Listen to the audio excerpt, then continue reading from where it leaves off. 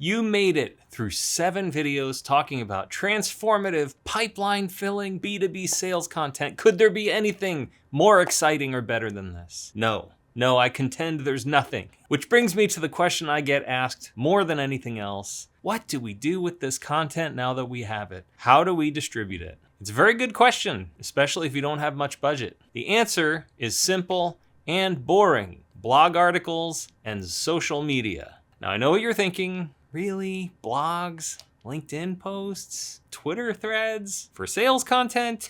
Yes, believe it or not, blogs and social posts are essential to the success of your sales content. Don't listen to the naysayers telling you that SEO is dead, though you probably need to change your content strategy if you're still doing things the pre-AI way. With the right strategy, you can make anything an invaluable sales tool, even newsletters, TikTok shorts, and Reddit posts. Now I said, if you don't have much money, blogs and articles are a great way to go. If you do have money, we have a whole package built for that and a whole strategy. So reach out if you want to know more about that, because it can be very effective. Anyway, let me explain what I mean about blogs and articles being sales content. I sell 2 types of content to my clients: cattle content and pet content. Now, pet content is special. Like a pet, you give it a special place in your home, special attention, and you worry if you haven't seen your pet in a day or 2. All of the content, like white papers, case studies, competitive analysis, that we have discussed in this series so far is pet content. Now, cattle content is the opposite. You know, your cattle is like somewhere out in a field eating grass, storing value, maybe getting fatter for meat, might provide like steak or milk or leather, or if you're vegan, good old friendly bovine companionship. But pets get to live in your house, drink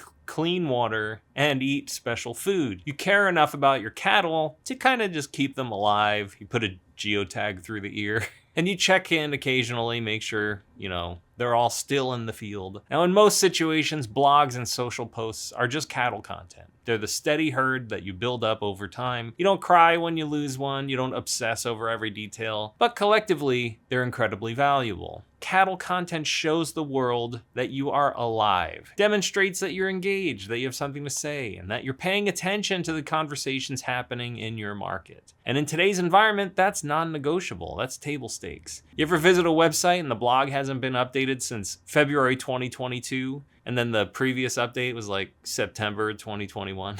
Yeah, you instantly wonder if they're still in business. So I want to make something clear here. Cattle content isn't just low value content. In fact, far from it. It's just different. It accrues value over time, usually slowly over the course of months or years. Every blog post you publish, every social thread you write, every LinkedIn update, it all just stacks up incrementally. Maybe each piece individually doesn't drive a deal across the line, but collectively, they shape perception, keep your name in circulation, and build credibility. And here's the other reason I love blogs and social content. They are where you practice. It's where you learn to write. It's how you speak as a brand and communicate in the market. Your big flagship sales assets, the case studies, the sales playbooks, all that stuff we've talked about, those are about performance, not practice. For example, I've spent many thousands of hours practicing guitar and bass and drums, usually behind closed doors, so that I could be ready for the hundreds of hours that I've spent performing music in public. Cattle content is like practicing,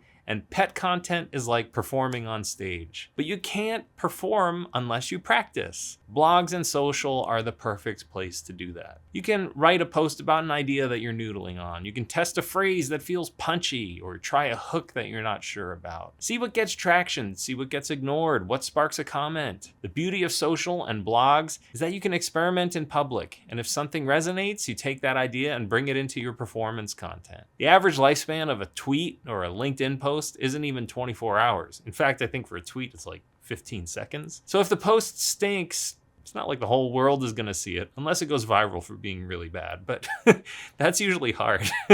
So use this to your advantage to discover what sticks. Use it as like a lab, an experimental playground. Now let me give you like a practical example. Suppose you've just finished a 20-page white paper. You're not gonna blast that entire document onto LinkedIn, but you are going to talk about it, hopefully in small digestible bites. You can write a blog article that focuses on a single argument from your white paper or just a section of it. Another article could zoom in on a specific data point. A LinkedIn thread can tee up a provocative question that drives people back to download the full white paper, the full piece. Social and blogs let you distribute the essence of your bigger sales assets without giving them all away at once. And the same goes for things like newsletters, which I also consider to be cattle content, unless you're using them specifically to sell. A newsletter is where you can experiment with people who have opted in to hear from you. If you're paying attention, you'll notice what your audience clicks, what they skip, what gets replies, and that's data you can use to refine everything else you're doing. You can take newsletter performance information and feed it into your social and blogs, or vice versa,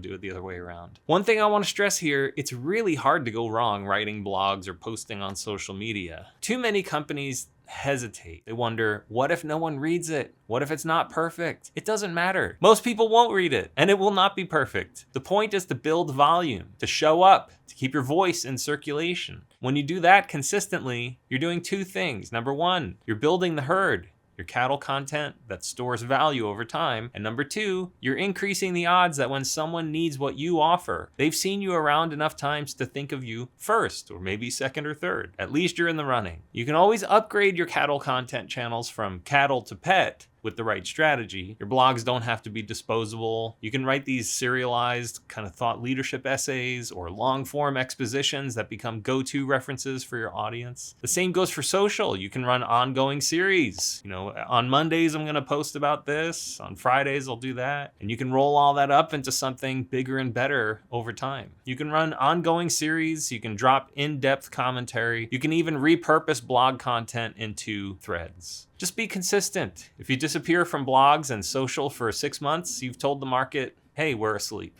And no one wants to buy from the company that looks asleep. So here's my rule of thumb. You can't really be serious about B2B sales if you don't have a blend of cattle content to support your pet content. They may not close deals directly, but they can keep your ecosystem alive and help with brand awareness to give you the opportunity to practice and communicate. And when you prove to the world that you're worth paying attention to, you'll get more people looking at your strategic sales content that actually wins deals. In fact, I just saw a stat today that ChatGPT cites Reddit 40% of the time in its generated responses. So if you're active on Reddit, ChatGPT is going to send people your way. I mean, that's sales, right? It's social media turning into sales content. So it really works. To wrap it all up, let's make it simple. Blogs and social are cattle content. You should build a big herd over time to get noticed. Use blogs and social to practice, experiment, and test language, messaging, positioning, see what resonates. Then feed your insights back into your performance content. Distribute your core sales assets across them without giving it all away. And above all, stay alive in the market.